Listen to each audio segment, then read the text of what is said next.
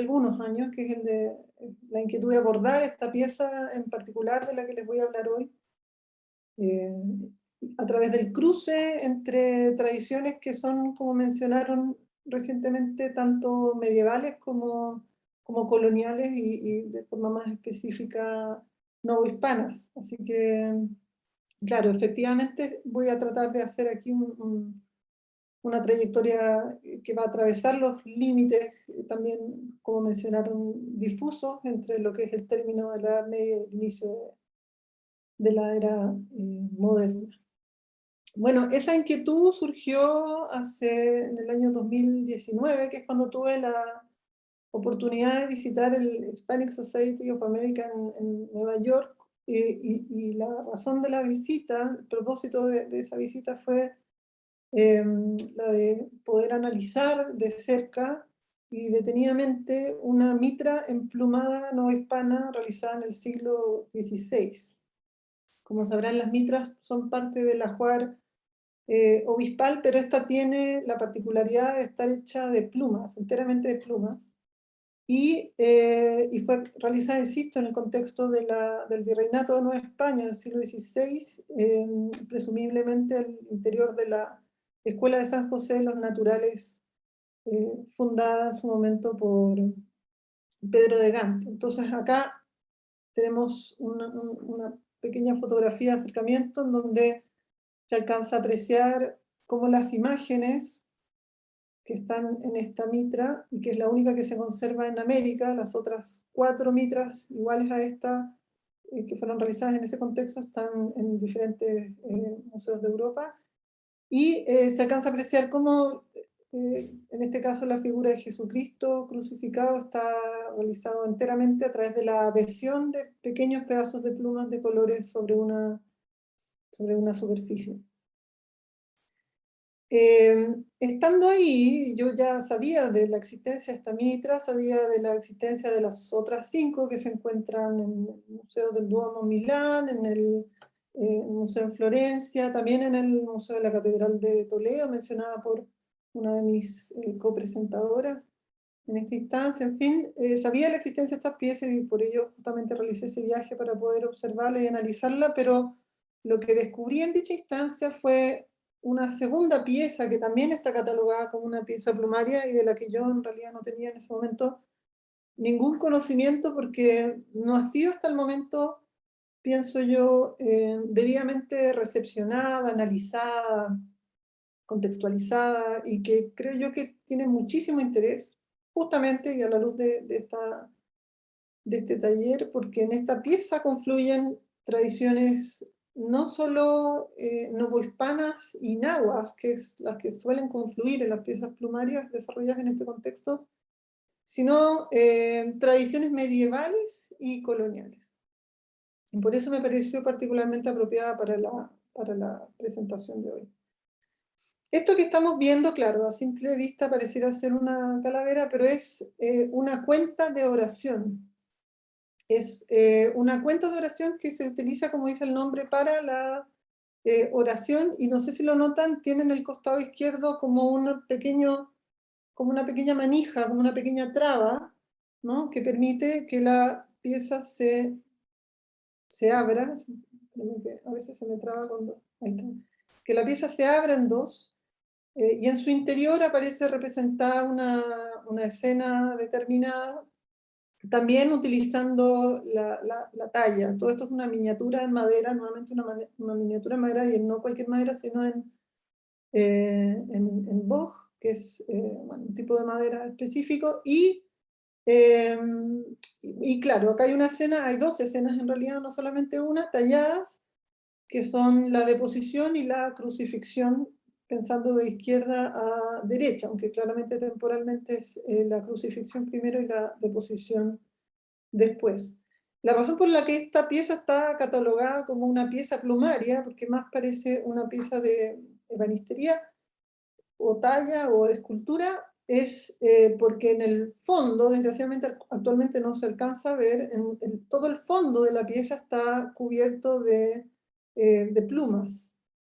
¿ya? De plumas de colibrí, para ser más precisos. ¿sí? Entonces lo que hace de esta pieza, insisto, una pieza plumaria. Entonces, solamente para que quede bien claro y poder seguir ahondando un poco en el análisis de esta pieza o en los elementos a través de los cuales podría ser como analizada, señalar que la plumaria, el arte plumario en términos generales, aunque probablemente muchos de los presentes lo sepan, refiere a la confección de atavíos, ornamentos y objetos mediante la adhesión de plumas de pájaros sobre una superficie rígida o flexible. Y una de las plumarias aztecas más conocidas es evidentemente el penacho de Montezuma, actualmente conservado en el Museo de Viena, y ha sido altamente cuestionado que haya pertenecido, ¿no?, a Moctezuma, y de hecho el que haya sido, ¿no?, un penacho, más bien pareciera ser se ha consensuado que más bien pareciera ser una pechera, pero así todo es una de las piezas plumarias más emblemáticas realizadas por esta cultura, pero también se realizaban diademas, se realizaban cetros, se realizaban escudos como el que estamos viendo acá. Y los escudos, dentro de la tradición plumaria azteca o náhuatl, son particularmente importantes porque son realizados mediante un procedimiento que consiste no en anudar las plumas sobre diferentes cordones y que son anudados sobre una superficie flexible a su vez,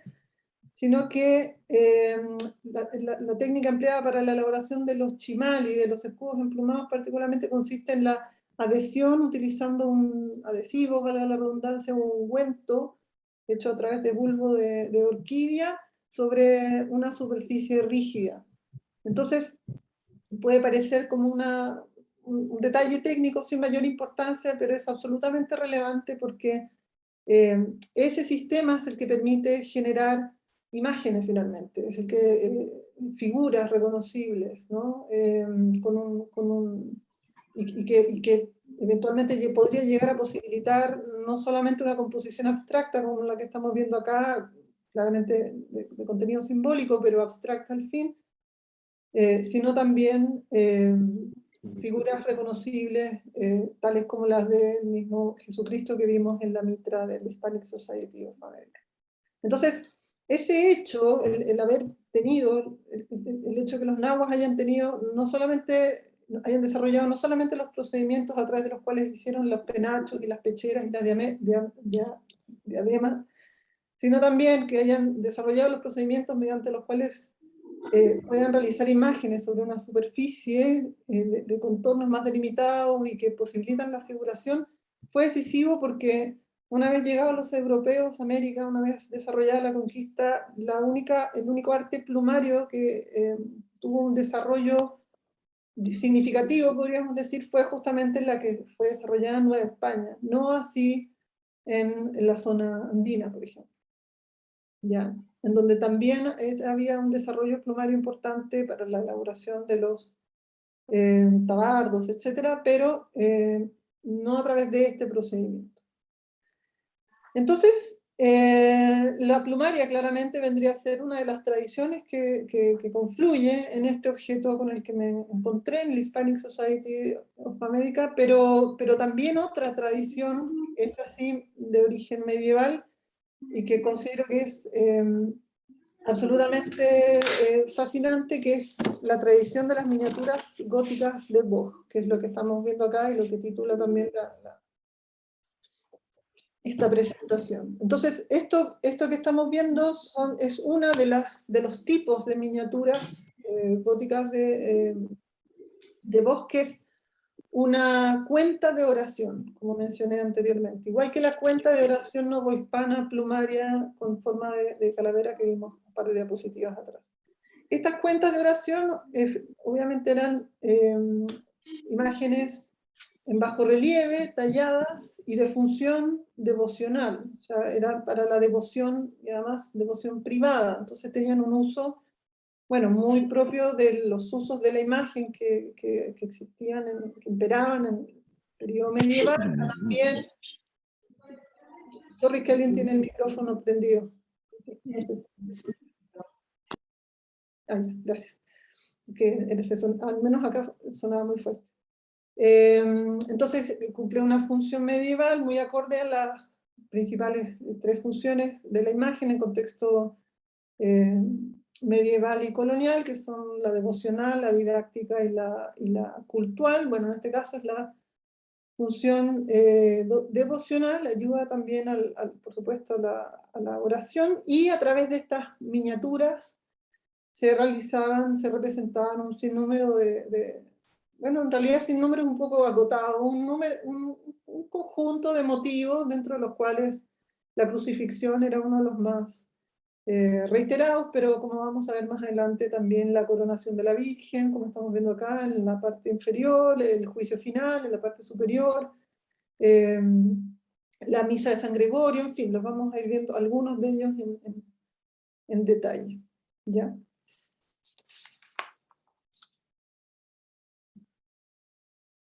Ya. La tradición de las miniaturas góticas de Bosch, o bien para el caso de esta presentación de las cuentas de oración talladas de madera, se remonta a los siglos XV y XVI y fue desarrollada especialmente en los Países Bajos. Si bien se sabe muy poco sobre la estructura de producción que estuvo detrás de la confección de estas piezas, la delicadeza y expertise de quienes las elaboraron es, en cambio, indudable.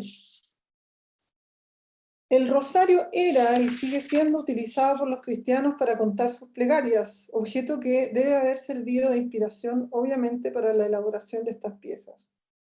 Estas cuentas de oración encajan perfectamente en la palma de la mano, por lo que quienes las usan pueden sostenerlas con facilidad, ya sea abiertas o cerradas, y acercarlas, y eso me parece que es muy interesante, también acercarlas a los ojos para poder verlas en detalle. Dada la absoluta ausencia de policromía en la talla sobre madera de boj, ahí está. Dada la absoluta ausencia de policromía en la talla sobre madera de boj, los y las artífices tuvieron que asumir el desafío no menor de compensar con un detallismo extremo, como se puede ver acá en esta cuenta particular.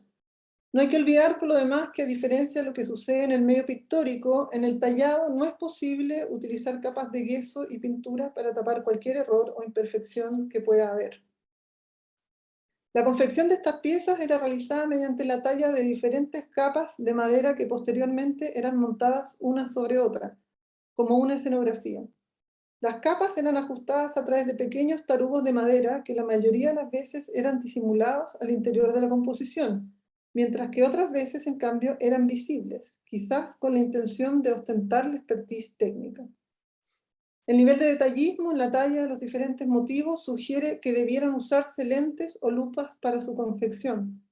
Se cree que los lentes para lectura se originaron en Venecia a finales del siglo XIII. A finales del siglo XIV, las regulaciones de los gremios de artistas ya establecían una distinción entre los lentes para leer y los lentes para ampliar.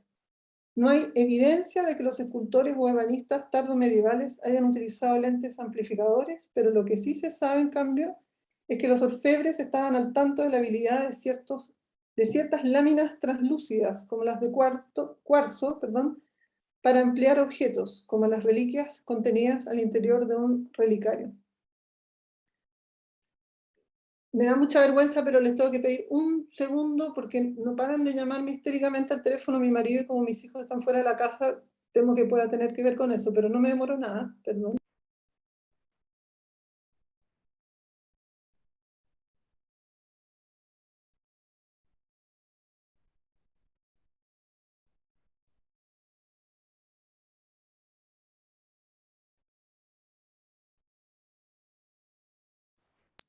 Ya, eso fue todo.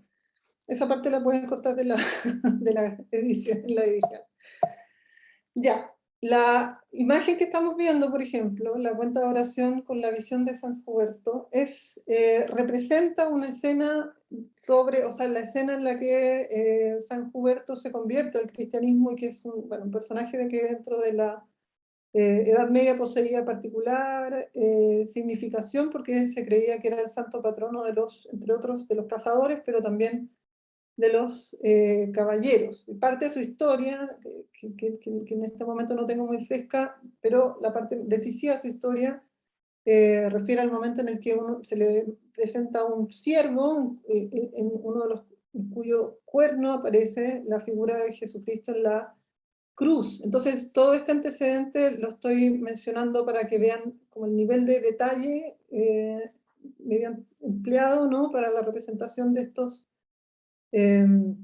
motivos, ¿ya? Y aquí, también para contextualizar, el vitral de San Eustacio, que es una figura similar, equivalente o bien la misma que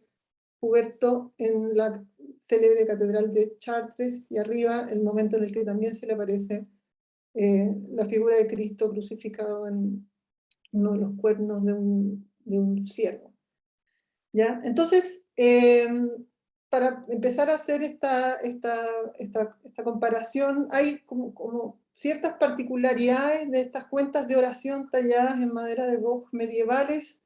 que son compartidas con las plumarias novohispanas, a pesar de haber sido desarrolladas en contextos distintos y también podríamos decir con propósitos distintos, porque claramente las plumarias novohispanas cumplían una función evangelizadora y colonizadora, que no era la función principal, no era, estaba lejos de ser las funciones de las cuentas de oración, que eran más bien para la devoción privada en el caso de estas producciones medievales. Pero así todo es notorio el hecho de que compartan tantos motivos y tantas cualidades, y sobre todo, por supuesto, este formato, ¿no? Entonces, por ejemplo, si se fijan acá, esta es una cuenta de oración, bueno, yo lo sé porque lo he leído y lo he estudiado, pero quizás no sea tan evidente, en donde en la parte derecha se representa la misa de San Gregorio, que es un motivo, es un episodio, pero además es un motivo que es muy propio del siglo XV, todavía en periodo medieval en Europa, y que fue muy utilizado en el contexto americano para también propósitos evangelizadores, ya que el uso de las arma Christi, de estos símbolos que refieren en el fondo a los elementos vinculados a la pasión, son muy significativos. Entonces, son más que significativos, son muy útiles para fines evangelizadores. Solo para recordar, y si es que alguien no tiene fresco este episodio, la misa de San Gregorio es una misa en la que San Gregorio, quien ponía en duda la transubstanciación, se le aparece la figura de Cristo emergiendo de un féretro y su sangre es vertida sobre el cáliz de manera tal que queda demostrada en el fondo la conversión de la sangre en vino y de su cuerpo en pan. Y en muchas de las representaciones, no en todas, alrededor de la figura de Cristo aparecen insisto, los diferentes elementos de la pasión, como es Judas, el rostro de perdón de Pilatos, del personaje que escupió sobre Cristo, de la columna de la flagelación, del látigo de la flagelación, del agua con la que se fueron lavados las manos, los clavos con los que fue clavado, en fin. Diferentes elementos, el gallo que cantó, incluso la espada con la que Pedro cortó la oreja del soldado en el momento en el que Cristo estaba siendo apresado. Entonces, tenemos esta representación en una de las cuentas de oración, y tenemos esta plumaria que representa también la misa de San Gregorio, insisto, todo a través de la adhesión de plumas. Entonces, como la historia de esta obra en sí, no solo de aquello que está siendo representado, sino que la historia de esta obra en sí es muy interesante, porque esta plumaria fue enviada a hacer por el mismo Pedro de Gante a los nahuas que pasaron a estudiar a la escuela asociada a la iglesia en San José de los Naturales, o sea, a la escuela de San José de los Naturales, y fue enviada a Paulo, el Papa de aquel momento, con el propósito de agradecerle por haber promulgado la Sublimus Dei, la bula papal, mediante la cual establecía que los indígenas estaban provistos de alma y por lo tanto no debían ser esclavizados. Entonces, es claro, sumamente significativo que a modo de agradecimiento, y esto es algo que ha sido ampliamente estudiado por Alessandra Russo, que es la especialista en arte plumario, y por supuesto también, y de manera más indirecta por Serge Grusinski, con quien trabaja, es muy significativo el que este agradecimiento sea realizado a través de esta suerte de, no sé, bueno, obsequio, ¿no? Pero además un obsequio que da cuenta de las habilidades técnicas y que presume que la representación de esta imagen también implica una comprensión de un asunto que era sumamente complejo dentro del contexto colonial de ser debidamente asimilado, como es justamente el de la transubstanciación.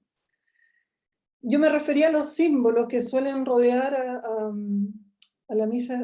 a Cristo, al cuerpo de Cristo, en el momento en el que se representa la misa de San Gregorio, que son estas armas Christi, y claro, mencioné que eran símbolos que no siempre aparecen en la representación de la misa de San Gregorio, como vemos acá en el grabado a la derecha, porque de hecho en Europa, pasado el siglo XV, empezaron a entrar en desuso, porque se consideraba que podían incitar a la idolatría, eran una suerte de reliquia finalmente de la pasión, pero siguieron siendo empleados en el contexto colonial porque se consideraba que eran muy útiles, porque se asemejaban de alguna manera al sistema de imagen-escritura que tenían los aztecas, que eran los glifos, básicamente, ¿no? La escritura pictográfica. Y aquí hay otra pequeña representación también de la misa de San Gregorio y también en plumaria. Entonces tenemos como un motivo que comparten tanto las, como vimos acá, cuentas de oración medievales con las plumarias novohispanas. Entonces por eso eso era algo con lo que quería partir. Ahora, también nosotros lo que estamos viendo acá es una representación de la crucifixión y de la deposición. En las cuentas de oración medievales, en las que se representa la crucifixión, que es por supuesto un motivo muy tradicional ya en la Alta Edad Media, muy habitual, no va necesariamente acompañado de la deposición. Generalmente va acompañado de la escena en la que Cristo está acarreando la cruz. Entonces hay también como una innovación dentro del contexto novohispano de acompañar la crucifixión con la deposición, que todavía no ha sido como debidamente interpretado, ¿no? ¿Por qué se considera necesario que la crucifixión sea acompañada de la deposición, siendo que no era como un hábito en términos iconográficos dentro del arte europeo? Y acá tenemos otro caso, otra mitra, parecida a la que fui a ver al Hispanic Society of America, pero está conservada en Florencia, que es de las 5 que corresponden a esta tipología, es la más preciosa en su confección y en la variedad de sus motivos. Y también, como pueden ver en la mitra, esto es el verso y el reverso, en la parte delantera y la parte posterior. En la parte delantera se superponen los monogramas de Cristo y María, y en la parte posterior también, pero se aprovecha la M de María en la parte delantera para representar también la crucifixión. Yo desgraciadamente no puedo acercarme, pero espero que ustedes desde los computadores lo puedan ver. Y la deposición también, usando la M como cruz, en la parte posterior. Entonces el obispo que usa esta mitra emplumada muestra hacia los asistentes una cara al momento de mirar hacia el ábside y otra cara al momento de mirarlos directamente. Entonces se produce ahí un juego como acotado, pero narrativo al fin, bien interesante. Ahí hay un acercamiento y se alcanza a observar cómo todo está hecho de plumas, o sea, no solamente la figura de Cristo y la Verónica, María, el resto de los personajes que estuvieron presentes, sino también esto que pareciera emular como un brocado, ¿no? Como estos bordes que se utilizan de repente en el ámbito de los muebles, de los sillones, de los sofás, también están hechos de pluma. Entonces por eso siempre insisto mucho en la importancia que tuvo el que existiera en el contexto náhuatl dentro de la amplia variedad de plumarias que existen, porque también hay amazónicas, que son también fabulosas y distintas según las diferentes culturas. ¿Por qué fue tan decisivo para que esta técnica se perpetuara una vez realizada la conquista y colonización, que ya tuvieran en el fondo las herramientas, las técnicas y el expertise para poder representar figuras más detalladas, ¿no? Porque la figuración en el fondo era algo que requería la campaña evangelizadora, no bastaba con que se hicieran imágenes, sino que tenían que ser imágenes que pudieran, a las que se les pudiera rendir culto, y se les rinde culto dentro del cristianismo imágenes de determinados personajes, por supuesto. Y otro aspecto que es importante, que es algo que yo estratégicamente decidí colocar a esta altura de la presentación, pero que es algo por lo que podría haber partido perfectamente, porque es absolutamente crucial, es el hecho de que en esta pieza que tanto me interesa, se colocaron estas plumas de colibrí, que son, como habrán notado, todos hemos visto en algún momento colibríes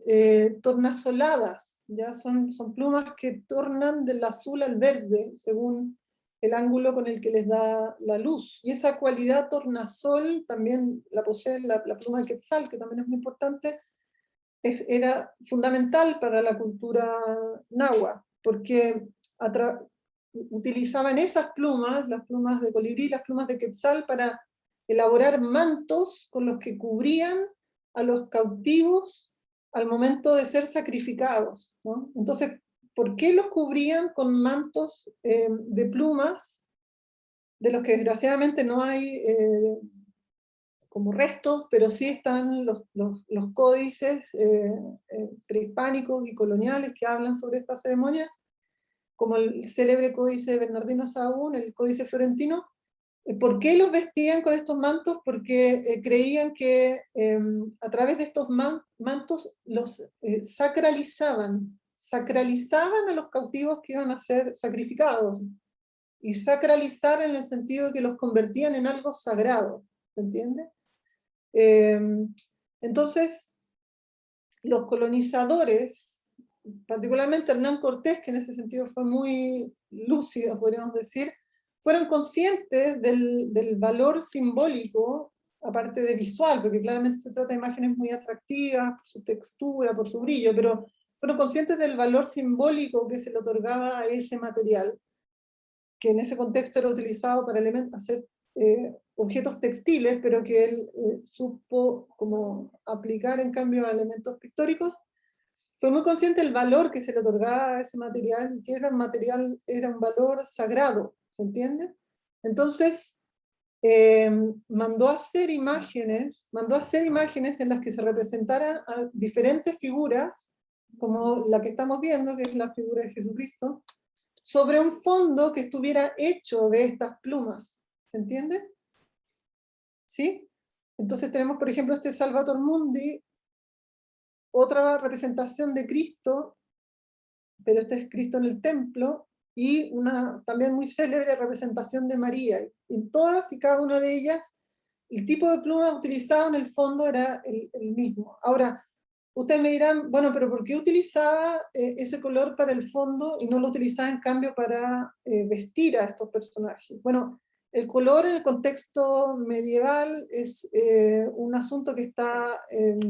bastante, o estaba bastante como establecido, que era lo que, qué color correspondía que se utilizara para la representación de cada personaje, ¿no? Entonces en el caso de Jesucristo, por lo general sus mantos son púrpuras, porque él hereda ese valor, esa importancia que se le otorgaba al púrpura en la antigüedad, y que, ya que estamos hablando tanto de materialidades, es un valor bueno, que viene porque las figuras imperiales usaban púrpura, pero también porque el púrpura era un color muy difícil de obtener, se obtenía a través de la sangre de un molusco, ¿ya? Y con el azul pasa un poco lo mismo. El azul, sobre todo el azul de ultramar, es un color que se obtiene a través del lapislázuli, y que en el contexto prehispánico los europeos solamente, o sea, antes de que los europeos llegaran a América, para ser más justos, solo podían extraer de Afganistán. Eventualmente también pudieron aprovechar los yacimientos que existen acá en Chile. Entonces, en gran parte el valor otorgado tanto al púrpura como al azul viene dado por el costo de los materiales necesarios para su obtención. Entonces, con esto quiero decir que aún haciendo estas imágenes en plumaria, a través de plumas, se respetaba ese simbolismo del color, ¿no? El que María vistiera de azul y el que Jesucristo vistiera de púrpura. Por lo mismo se utiliza este fondo verde hecho de plumas de colibrí, eh, para dotar, ¿no? Para sacralizar estas imágenes, pero a ojos de la población nativa, o sea, para que se convirtieran en algo sacro para esta población a la que se busca evangelizar. Pero también hay una segunda razón, y es que estas imágenes están pensadas para ser utilizadas inicialmente en los altares, ¿ya? Y las ceremonias religiosas realizadas en el contexto novohispano, o sea, en el Virreinato de Nueva España, y también en el contexto andino, eran ceremonias que congregaban muchísima gente, o sea, toda la población a la que se buscaba evangelizar. Entonces, había quienes podían observar estas imágenes de cerca y tener plena conciencia que se trataba de la Virgen María, pero había quienes, en cambio, la veían muy de lejos. De hecho, se sabe que estas ceremonias eran realizadas en unas capillas abiertas, ¿no? O sea, incluso en los patios mismos, en el área del atrio, ¿no? De las iglesias. Entonces, había personas que las observaban, reitero, desde muy lejos, pero que debían ser capaces, así todo, de poder distinguir, ¿no? el brillo y tornasol característico de este material, y saber, por lo tanto, que estaban frente a una imagen sagrada. Bueno, todo esto son cuestiones tratadas en el Códice Florentino. Bernardino Sahagún, y por lo mismo ha sido como una fuente indispensable para el estudio de este medio, de esta técnica en particular, pero también las cartas de Hernán Cortés son de mucha utilidad, la obra de Diego Durán, Bartolomé de las Casas, Matías de Escobar, Juan de Torquemada, etcétera, y ya como literatura, como fuente secundaria, por supuesto, la obra de Alessandra Russo, pero también de Gerhard Wolf, Ferdinand Anders, sobre todo, que es un etnólogo austríaco que ha sido absolutamente fundamental para la comprensión de la manera en que funciona la técnica. Bueno, ahí se puede ver más de cerca, son realmente fabulosas. Pero ya no sé si se entiende con esta interrupción, además del teléfono que tuve que hacer, como el orden que estoy tratando de seguir, ¿no? Primero, como este acercamiento a esta mitra del Hispanic Society, que me llevó casi casualmente a la de esta cuenta de oración novohispana, que viene de la tradición de la plumaria mesoamericana, pero pertenece más bien a la tradición de la plumaria novohispana, pero que está vinculada también, como podrán ver, tanto por el formato como por el uso, incluso el material, porque también se utiliza la madera de boj, a la tradición de las cuentas de oración medievales. Me referí como a algunos motivos que comparten ambas técnicas y tradiciones, como la misa de San Gregorio, pero también la vida la vida de San Roberto entre la vidriera, y me refería ahora último en particular como al color empleado para los fondos, ¿no? A lo decisivo que resulta, que si bien la imagen no se configura a través de la pluma, pero lo decisivo que es que se utilicen esas plumas en particular para los fondos, porque ya estaba asimilado, sobre todo en el 16, que era un fondo mediante el cual se sacraliza aquello que está siendo representado en primer plano. Ahora me voy a referir a la decoración, a la ornamentación exterior de estas cuentas de oración. Por lo general, el exterior de las cuentas de oración es decorado con patrones geométricos, como el que estamos viendo acá, y que son generados mediante tallas y perforaciones. Algunos de esos diseños son, como pueden ver, marcadamente geométricos, pero también hay otros que son de carácter orgánico, un poco como lo que pasa acá, y otros que quizás más. Los diseños tienen cierta reminiscencia con la tracería utilizada en las prevelas de los retablos, ¿ya? Pero también, como se puede observar acá, con la tracería de algunas ventanas, de las ventanas de las catedrales góticas, que son tracerías que probablemente los artífices que elaboraban y las artífices que elaboraban estas piezas, como tan manipulables, deben haber conocido, ¿ya? Y otro elemento que probablemente también deben haber conocido son los grabados a partir de los cuales se elaboraron los diseños interiores. Entonces eso también como justificaría explicaría, más que justificaría, explicaría el que haya motivos que se comparten en diferentes medios, tanto en la plumaria en Nueva España como en estas cuentas en Europa. Y el diseño exterior, pero el diseño exterior de esta cuenta de oración que estamos viendo en esta presentación de hoy, que es un diseño de calavera, como lo hemos visto, acá por si... No tengo más, adelante. Acá. El diseño de la cuenta del pendiente de calavera o de la cuenta de oración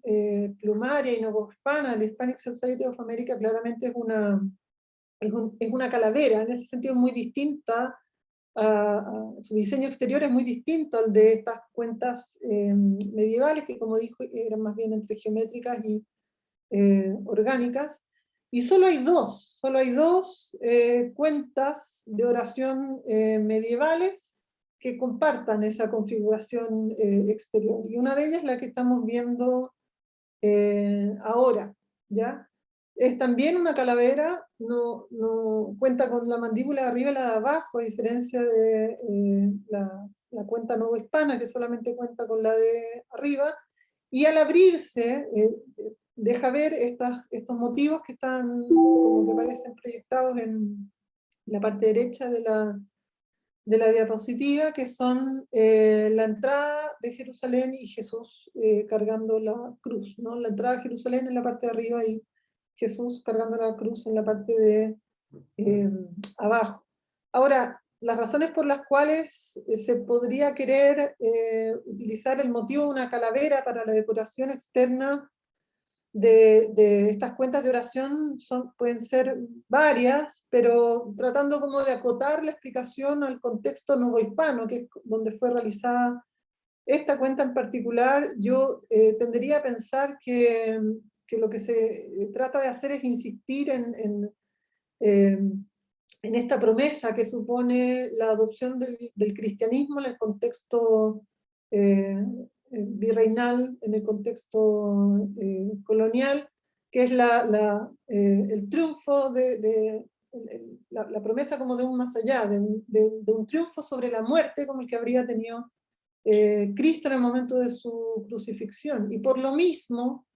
en las cruces atriales, que también son como piezas características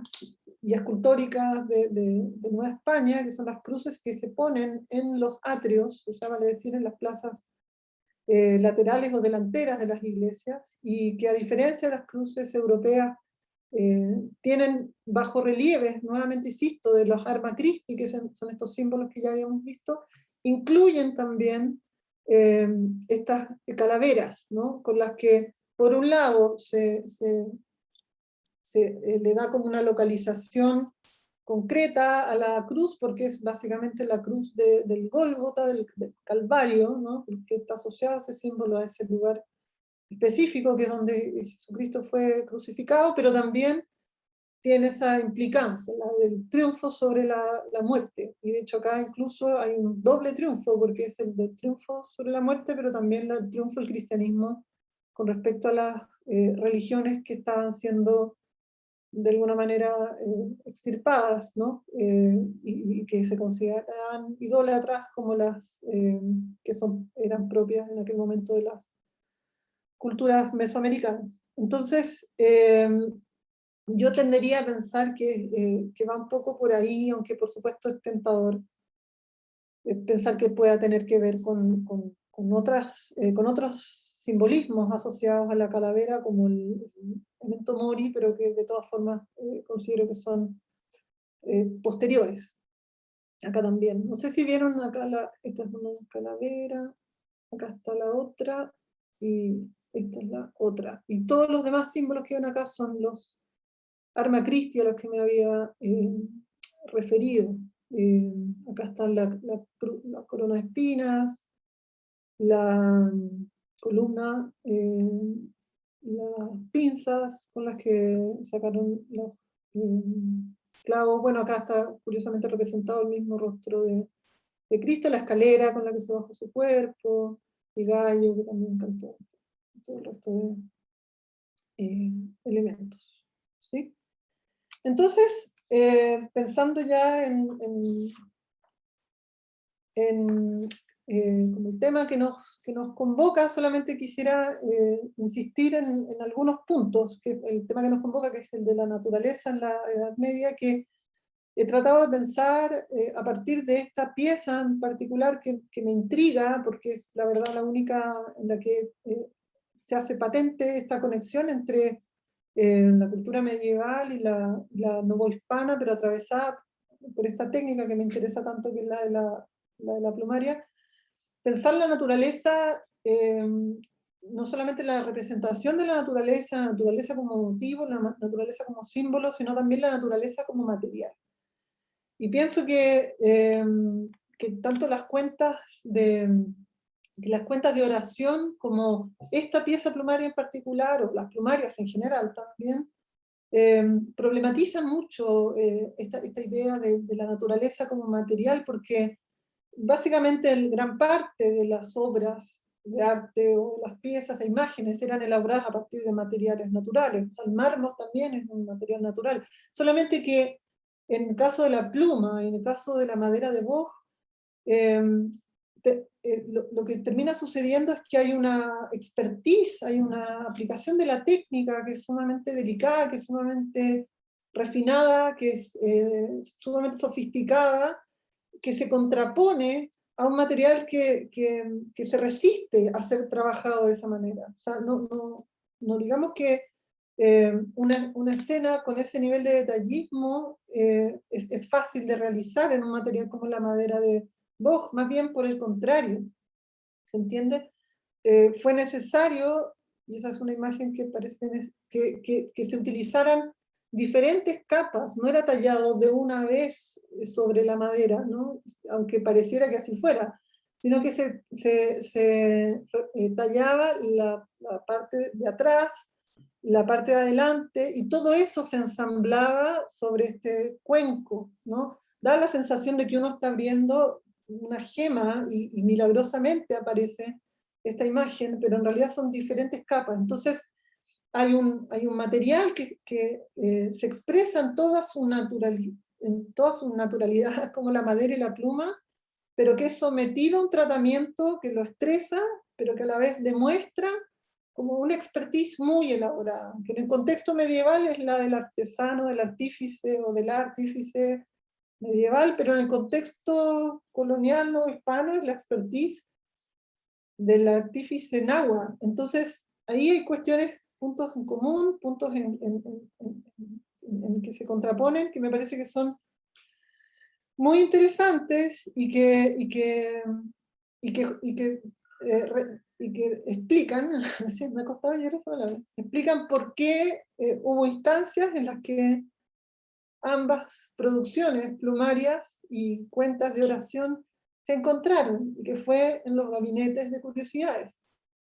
Lugares en los que justamente, entre otras cosas, se coleccionaba aquello que era maravilloso, asombroso, curioso,